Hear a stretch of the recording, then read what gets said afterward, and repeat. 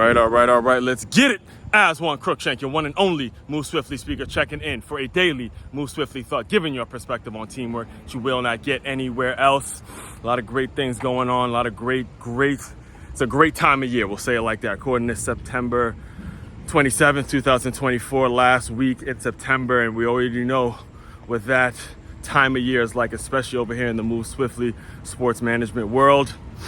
You got baseball towards the end of the season, football cranking up in the middle of the season, and we got basketball getting ready to start. So it's just a wonderful time of year. A lot of stories, a lot of things to get to in the sports world. All right, and I will get to all of it. There's been a lot of stuff that I'm going to be addressing very soon. But the main thing that I've got to talk about today, before it gets to the point where it becomes a non-story, is how divisive the actual media is, all right? How divisive the national media is. And this is very important, because nowadays you have your option, you have your opportunity to stay away from the bullshit that the national media likes to make a story, and kind of focus your energy on the people that are saying the right things, or people that are emphasizing, the people that are bringing to light the positive aspects of what sports can bring. I'll give you an example, all right? Like I said, recording this September 27th on Friday, all right? So this past Monday night game, there were two Monday night games. One,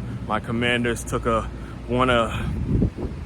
got a dub in Cincinnati. We won a game in Cincinnati, and like I was telling you, actually that next day, you know, I, as a Redskins fan, a diehard Redskins Commanders fan, I've learned not to get too excited with these September wins. All right, I've seen all that, learned again from my own personal belief. Don't get too excited until they start winning some damn games in October and November. All right, that's number one. Next game though was a blowout. It's an absolute blowout win.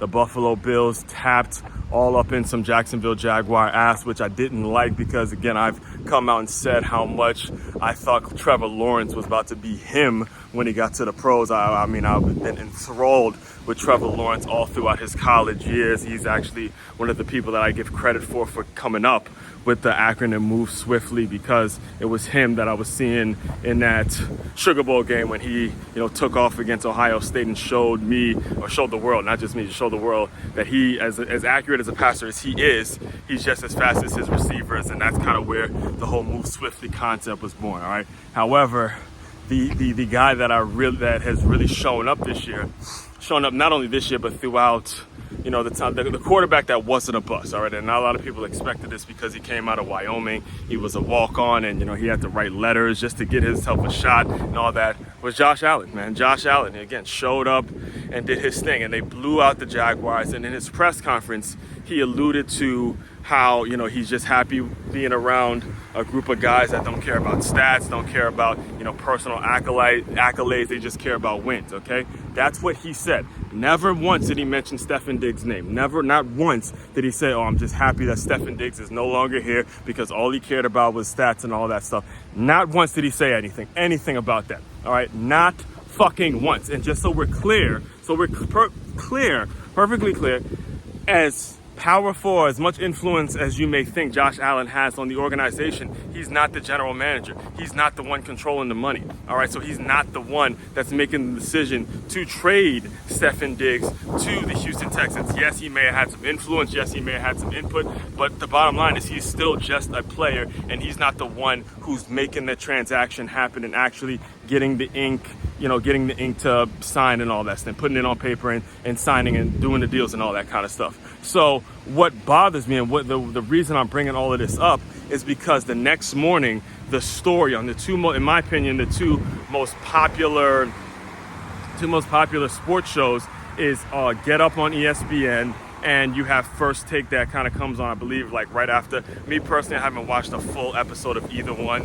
I'll catch a couple takes here and there on YouTube, but I've never actually sat down and watched a full episode of it. But it's still First Take and Get Up, in my opinion, I believe, are still the number one sports shows on TV. And both of these shows had entire segments trying to diagnose whether Josh Allen was taking a shot at Stefon Diggs, and, you know, maybe he was talking about Stefon. And they're grown-ass men who are talking on some hypothetical bullshit about, oh, well, was he still talking about Stefon Diggs and this, that, and the other? And again, I'm bringing all this up because the game of football was meant to emphasize teamwork. The game of football is meant to teach teamwork. The game of football is meant to bring people together, bring people to work hard and show that, men can have their differences, they can fight, they can argue, they can, come together for a common goal and, from different backgrounds, whatever it is. The game of football was meant to be inclusive and bring people together.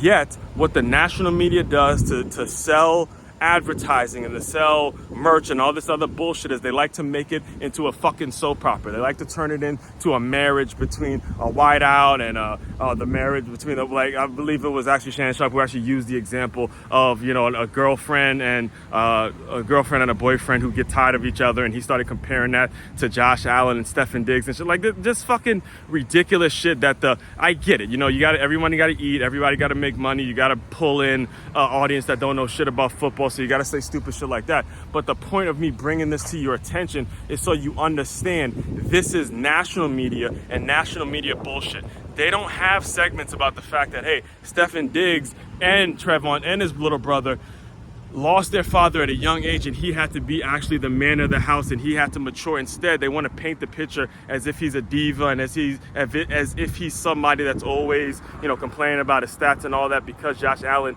made some reference to people not caring about their stats. So what Josh Allen did is he came out and he said directly, look, he loves 14. He was obviously talking about Stephen Diggs, loves him, loves all the teammates. And again, it's a business. If the situation in Buffalo wasn't great for him, okay, he had to move on. That's just the nature of the business. But what you have to understand as a consumer, and I know primarily the folks that listen to my work are business owners, is you have to understand the game is about teamwork. It's about bringing folks together. And when you get people to understand that element of it, then it will be very useful. And you take those pieces of the game and apply it to your business and the way you bring people in, then you start to grow. Then you start to have that cohesive unit that makes that is performing a lot like the Buffalo Bills are currently performing now. Now, again, we're still in September, and that's another point that I probably don't have time to address right now, but another point that we have to make sure we bring up, and I'll close you out with this, is we're still in September, folks. We're only a month into the season, so all this MVP talk and, who's going to be this and who's going to be, again, all of that is just media hyping you up to sell ads, to sell tickets and all that kind of stuff. And again, I get it, I understand it. They got to make money, they got to do what they got to do, but you got to understand the difference as well as an owner, so you don't get trapped into this world. You don't get trapped into that shiny object syndrome, and you're just reacting to the moment to moment things. All right, you got to think long term. You got to think what's best for an overall unit. All right. Trust me, I got a whole lot.